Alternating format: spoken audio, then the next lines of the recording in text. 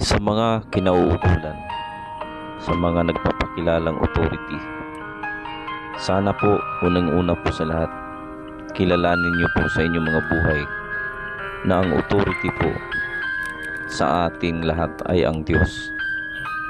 Magkaroon po sana kayo ng awa sa mga taong tinutugis ninyo na mga naghahanap buhay, na pinagkukuhanan po ninyo ng mga paninda na tila baga mga kriminal. Sana maalaman ninyo na kung ang Diyos ang gagawin ninyong pinaka-authority ng ating mga buhay, nating lahat, ay awa po ang hinahanap sa atin, sa ating kapwa. Kaya po yung pagpapatupad ng batas ng tao kung minsan po ay napakalaking sablay kapag hindi po ito ginagamitan ng awa.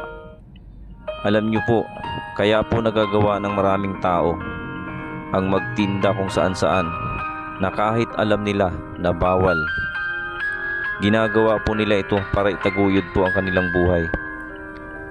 Dapat madali po natin itong maunawaan dahil tayong lahat po ay kumakain. Tayong lahat ay may mga obligasyon. Mayroon po tayong mga minamahal na mga anak, kapwa-tao na kung saan ay may pangangailangan.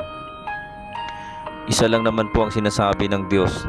Sabi nga po, sa isa sa mga sinasabi niya, ang naaawa sa dukha ay nagpapautang sa Panginoon, at muli ay kanyang babayaran ang kanilang mga mabubuting gawa.